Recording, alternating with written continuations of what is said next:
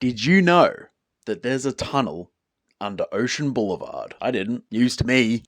2 in a row. Let's go. It's been a little bit since Lana Del Rey's last full-length, Blue Banisters. I reviewed it. Thought it was decent, but nothing too out of the ordinary for Miss Ray. This new full-length, however, is a lot more ambitious in terms of length. Features more production from Jack Antonoff, as well as Mike Hermosa, Drew Erickson, Zach Dawes, and Benji. No last name for Benji. That's sad. Maybe he doesn't have a last name. I don't know. Maybe it's like Superman, he doesn't have a belly button. Benji just doesn't have a last name. The opening track, The Grants, sees Lana wanting to hold on to and cherish the memories of those she's loved and lost. Flowery beds of strings complement the emotional impact of this track. It's a beautiful opener. Lana confronts her anxieties about eventually being discarded by the public on the title track. Did you know that there's a tunnel under Ocean Boulevard? Huge swells of chamber instrumentation engulf Lana's vocals by the end of the track. Could be a metaphor for being swallowed up by just general insecurity. Who knows? A&W, which was another teaser leading up to this record, is a two-parter with a pretty surprising change of pace halfway through. The first portion dwells within this very mid-paced, finger-picked folk. Lyrics about essentially being used and abused and using others as a means to satisfy some pretty lustful ends. We get some very worrying references to potential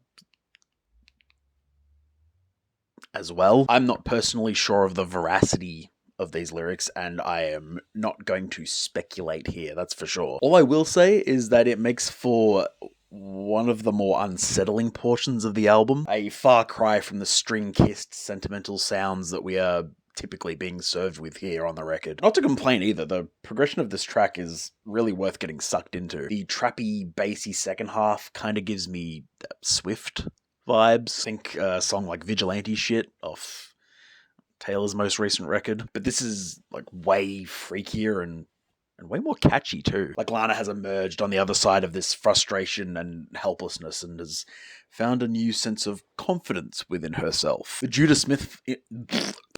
Smith interlude following this track makes a little bit too much sense thematically, given that this sermon speaks on going for a life of love, not lust, and immediate gratification. It's a pretty eerie moment that leads us right into the following track, Candy Necklace, featuring John Baptiste, a measured piano duet. Not my favorite tune on the record, and a slightly stagnant progression. Baptiste brings a very mild vocal feature on the back end that makes me wonder what the point of even having him on was. I just wanted a little bit more out of this one, I guess. That's all. KINTSUGI picks up the quality levels though. This is a winding, contemplative piece of chamber folk. Lana meditates on times in her life where she's experienced intense emotional pain and learning to accept that it is a natural part of life and not something to be ashamed of. Similar to the Japanese practice of kintsugi or golden joinery. I'll flash a screenshot up here that explains it a little bit more. Lana's occasional vocal belts help to add to the emotional intensity.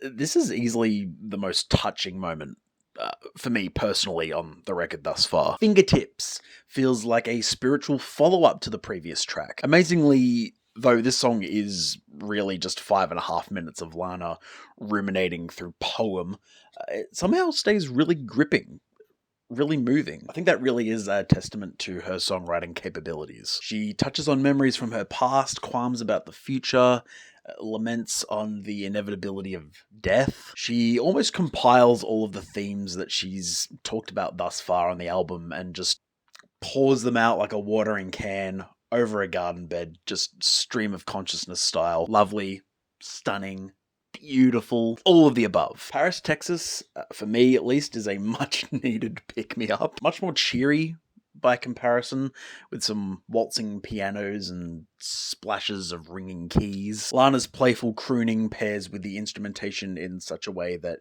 it makes it feel like a calm after a very gloomy storm. Grandfather, please stand on the shoulders of my father while he's deep sea fishing. Easily goes in the running for lengthiest song title of the year. It also wins the title for the grandest, most lush song on the entire record. The deep growls of cello, resonant strings, pensive pianos, flutters of woodwind, Lana's passionate vocal performance, it's all there. It's immense. I really do have to mention this run of tracks from KINTSUGI to Margaret is really incredible. The album just hits a stride, man. It just hits a stride in terms of quality. It's great. Let the Light In with Father John Misty goes full chamber pop. Steady guitar chords and weepy tones lay a foundation for the best duet on the entire record. Lana and Misty go together like peanut butter and jam. I'm surprised this collab hasn't happened sooner, honestly. Unless it has. I'd have to look into that one. Amazing crescendo in this cut too. It really does feel like sunlight just beaming through a stained glass church window. Margaret is a tribute to none other than Jack Antonoff and his partner, Margaret Qualley. Qualley off the Molly? Jack also features on the track under the Bleachers moniker. It's a super wholesome moment. It's an ode to finally finding the one. Lovely track. I will say that the final leg of this record is not the most consistent portion. The vocal performance on Fishtail does leave a lot to be desired, with Lana mostly sitting in that very dull, breathy register that is just barely penetrating the mix. It's also a slightly awkward mix of trap and chamber music that doesn't quite pull it off with the tact that a song like A&W did, or even the following track, the very raunchy Peppers, which somehow succeeds as a delicate balancing act of chamber music and pop rap with a Tommy Genesis feature of all things. Sticky hook on this one, lots of implicit and explicit sexual references too. It's great. It's kind of a breath of fresh air and feels a little bit like a sexual empowerment anthem, especially given a lot of lyrical themes on this album of being taken advantage of and using sexual exploits to fill a deep void within oneself. You horny bastards. Taco Truck and VB is fine, I guess. As a closer, it doesn't do a hell of a lot to wrap up the lyrical themes of the record all that well, at least in my view. VB being a trap remix of her song Venice Bitch, from her 2019 record, Norman fucking Rockwell. Stylistically, it's also just a total left hook and not super complimentary to the tone of the rest of the project at all. Still though, this does not dampen the overall quality of the work presented here.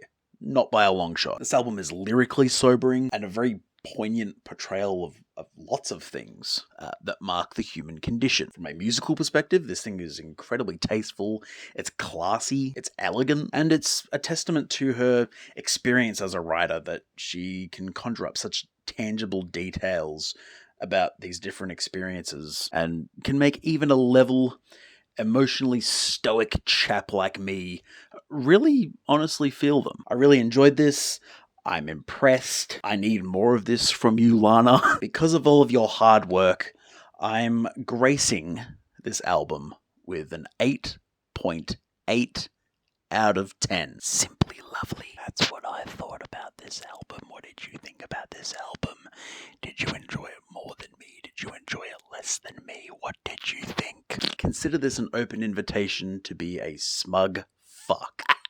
This thing is late as hell too. This album came out like 4 weeks ago now. Guess what? Got pins and needles again. Oh. Shh. I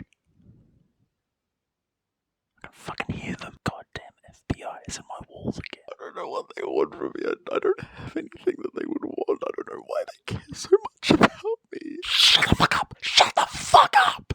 Shut the fuck up. Don't say a word. Don't say a fucking word. Alright, I think they're gone. And with that, I'm gone. See you around, bitches! Oh yeah, that's right, YouTuber obligations. Like, comment, subscribe, do all that stuff too, because you have to, because like I said, you don't have personal liberties. This is not a choice. You just have to do it. Like the masks during COVID, you just had to do it, even if it was oppressive, even if it was coercive, even if the government was trying to make us breathe in our own oxygen to make us stupider, so that we wouldn't be as educated and that we'd vote in ways that were not in our best interests. Breathe in our own oxygen doesn't make any sense. Bye!